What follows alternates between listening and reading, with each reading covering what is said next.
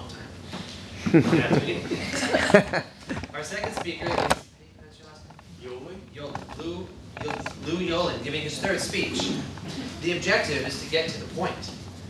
Lou Yoelin is here to teach you how to fight injustice, highway robbery, and give you some of the best practical knowledge you may ever know.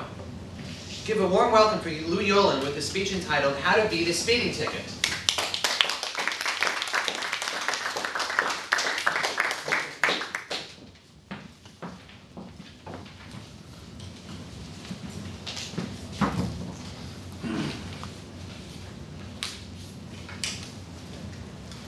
I'm cruising down the 10 freeway one night, heading out to Palm Springs, blasting Def Leppard, just enjoying the ride, relaxing, not causing any trouble. Suddenly, I hear and see in my rearview mirror, woo, woo, woo, getting pulled over. So I get a speeding ticket for going 20 miles per hour over the limit. And the ticket doesn't say how much the fine is. So I go home, I check online, there's a website you have to go on to find out how much your fine is. I believe it's dmv.gov. Go on the website, I find out my fine is $410. What the F? Not to worry, I've been here before. I've got it under control. That was 6 months ago. 3 weeks ago, I got a letter in the mail saying that my ticket is dismissed and I got a full refund of the money. Wow. Mr. Toastmaster, fellow Toastmasters, most welcome guests, I'm going to share with you some of the most practical knowledge and skill that I have taught myself how to beat a speeding ticket. Okay, so first a disclaimer, I'm not a lawyer, and this speech should not be construed as legal advice. You have to talk to an authorized attorney for that. However, I do come from a long line of Chicago Jewish lawyers, and I've got lawyer blood running through my veins. And I love fighting injustices, and I love beating highway robbery. No pun intended. So I'm here to share that information with you. So, beating a speeding ticket all boils down to one simple sentence. On your ticket, find any inconsistent fact. Police officers make mistakes all the time. All the time. So if they misspell your name, if they misspell the address, if they get the address wrong, if they give the wrong color of your car, you can use that in your argument. You can just simply say that this address doesn't exist. This isn't my name. That's not my identity. So, and it's just bam, it's right there. It's a fact.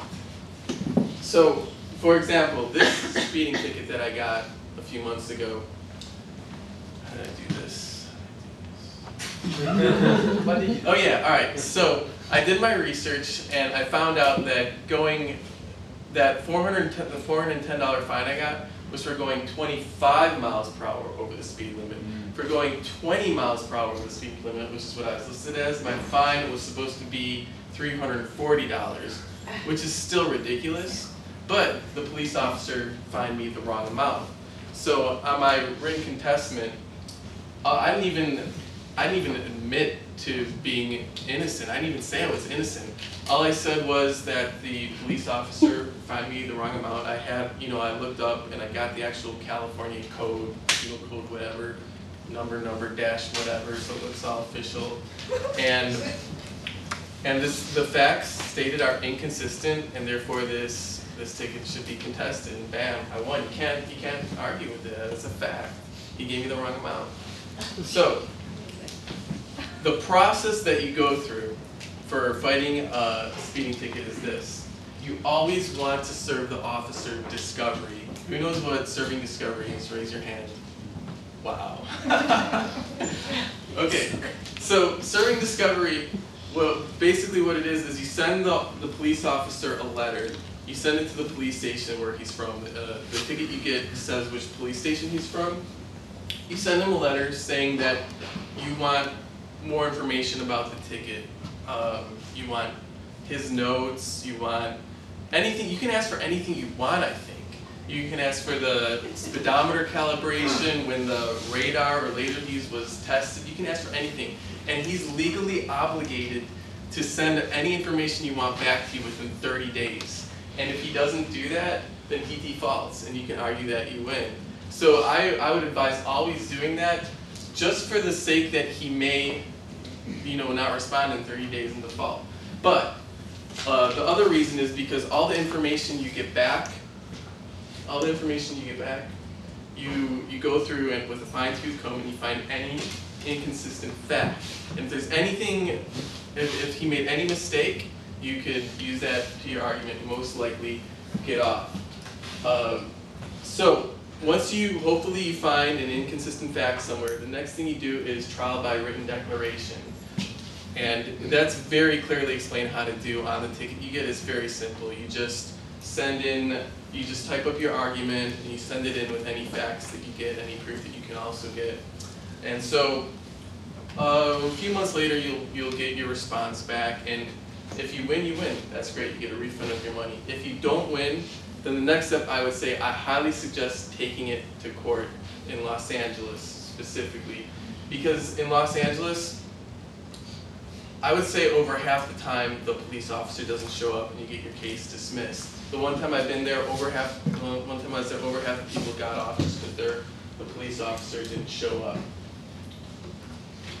So, without admitting guilt to my violation, I believe that charging people upwards of $420, $340 for driving safely at a speed that's higher than the posted amount, I believe that that's just as equal, if not greater, of a crime and injustice than the people actually breaking the speed limit.